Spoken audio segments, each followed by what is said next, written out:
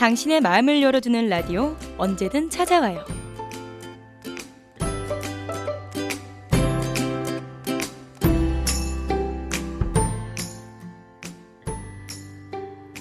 차가운 세상 속 한 줄기 빛이 되어 당신의 마음을 녹여줄 라디오 언제든 찾아와요.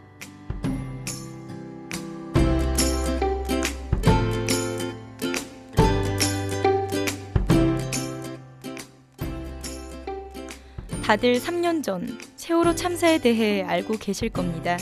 수백 명의 생명을 앗아간 침몰 사건 말이죠. 기나긴 시간을 바닷속에 있어야 했던 세월호와 돌아오지 못한 소중한 생명들. 드디어 1000일가량의 시간 끝에 육지로 돌아올 수 있게 되었습니다. 비록 본연의 모습으로는 아니지만 말이죠. 그래서 이번 시간에는 세월호 희생자들의 이야기와 그들에게 보내는 편지를 전해드리려고 합니다. 당신의 마음을 열어주는 시간 언제든 찾아와요. 여러분과 함께할 전 아나운서 주진입니다.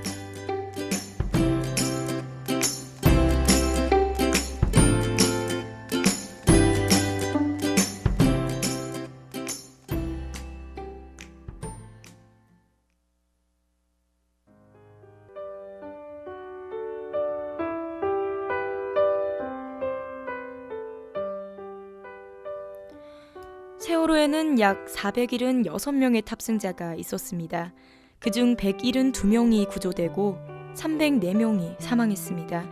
그런데 아직까지도 수습되지 못한 9명이 있습니다. 비록 그들은 하늘나라로 갔지만 바다에서가 아닌 육지로 돌아오길 바라는 가족들은 애만탈 뿐이죠. 그들을 떠올리며 지금 이 시간에는 가족에게 돌아오지 못한 9명의 미수습자 이야기를 해드리도록 하겠습니다.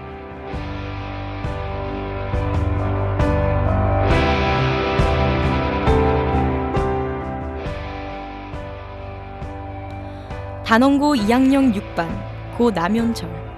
그는 평소에 음악을 좋아하고 기타 연주를 즐겼다고 합니다.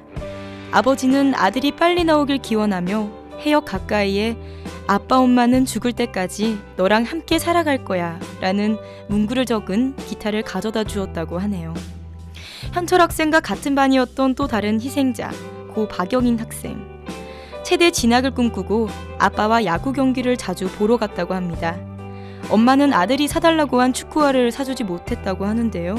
그게 너무나 후회가 돼서 늦게나마 축구화를 마련했다고 합니다. 다음은 일반의 고 조은하 학생인데요. 은하 학생의 꿈은 회계 담당 공무원이었다고 합니다. 수학을 매우 좋아했고 심지어 전교 1등을 놓치지 않았던 우등생이었다고 합니다. 살아남은 친구들은 세월호 당시 본인도 급한 상황임에도 불구하고 배 안에서 도와줘서 고맙다. 그리고 보고 싶다라는 말을 은하에게 남겼습니다. 다음으로는 2반의 고 허다윤 학생입니다. 다윤 학생은 평소에 부모님께 용돈이나 물건을 사달라고 조른 적이 없었다고 하는데요. 희귀병을 앓는 엄마 걱정도 많이 했었고요. 그런 착한 딸이었는데 지금 가족들에게 남은 건 수학여행 전에 찍은 가족 사진뿐이라고 합니다.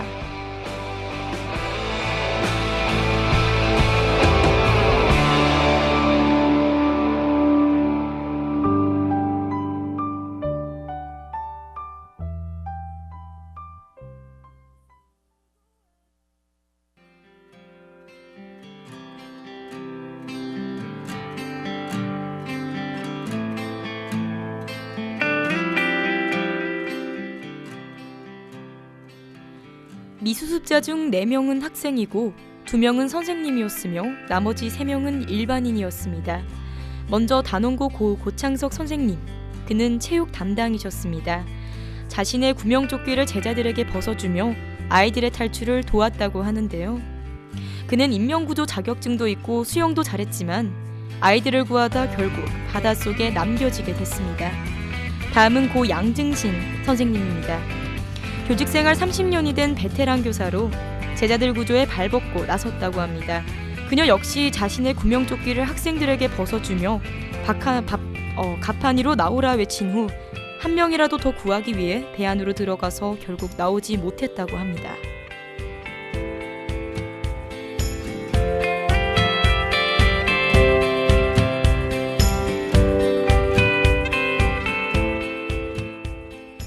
다음으로는 고 이영숙 씨입니다. 남편을 일찍 잃은 그녀는 생계를 위해 하나뿐인 아들을 시댁에 맡기고 타지 생활을 했다고 합니다.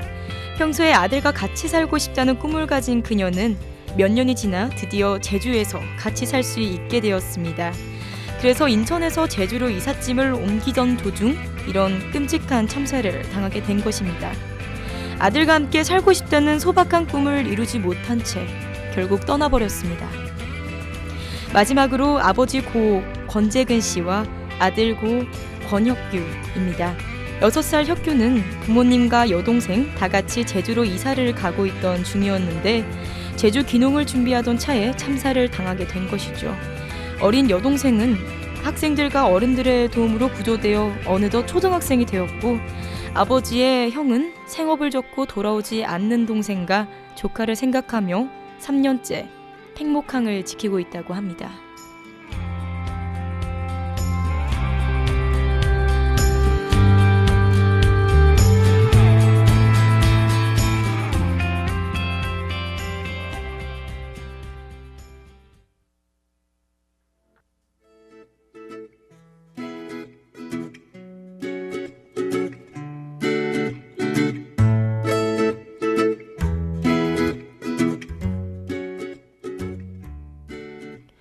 세월호 참사로 인해 슬퍼하는 사람들이 많습니다. 특히 꽃다운 나이에 생을 마감한 눈에 넣어도 아프지 않을 것 같은 자식을 잃은 부모의 마음만큼 더한 고통도 없을 것 같은데요. 있어서는 안 될 일을 겪은 부모의 마음은 감히 표현할 수가 없습니다. 이런 부모님의 마음을 조금이라도 느낄 수 있는 편지 하나를 준비해봤습니다. 그럼 읽어보도록 하겠습니다.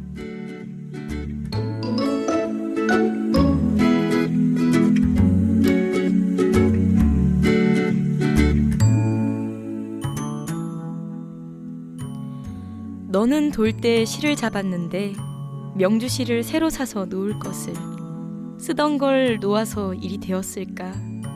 엄마가 다 늙어 나와서 오래 품지 못하고 빨리 나왔어.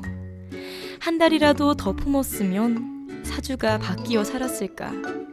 엄마는 모든 걸 잘못한 죄인이다. 몇 푼 벌어보겠다고 일하느라 마지막 전화 못 받아서 미안해. 엄마가 부자가 아니라서 미안해. 없는 집에 너같이 예쁜 애를 태어나게 해서 정말 미안해. 엄마가 지옥 갈게. 딸은 천국에 가.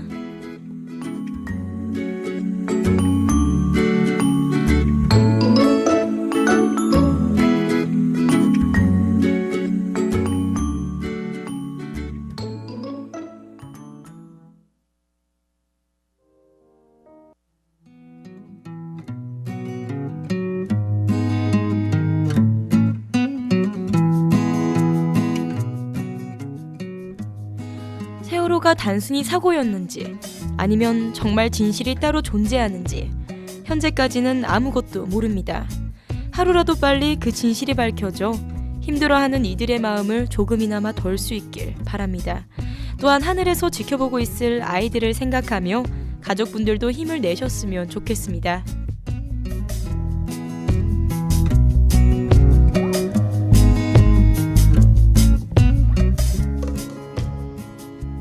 세월호 하면 단원고 학생들을 바로 떠올리지만 일반인 분들도 몇 있었습니다.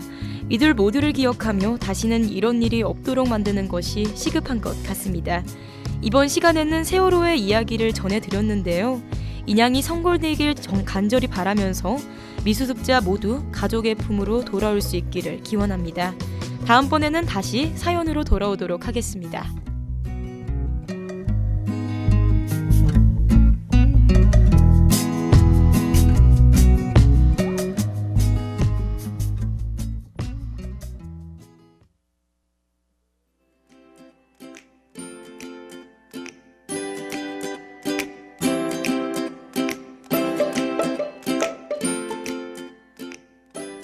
오늘 준비한 소식은 여기까지입니다.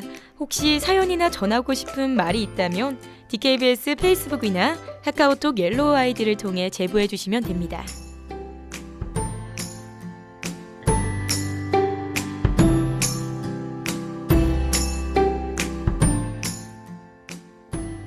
차가운 세상 속 한 줄기 빛이 되어 당신의 마음을 녹여줄 라디오. 언제든 찾아와요. 저희는 매주 목요일 오후 5시 45분에 여러분들을 찾아갑니다. 많이 청취해주세요. 고맙습니다.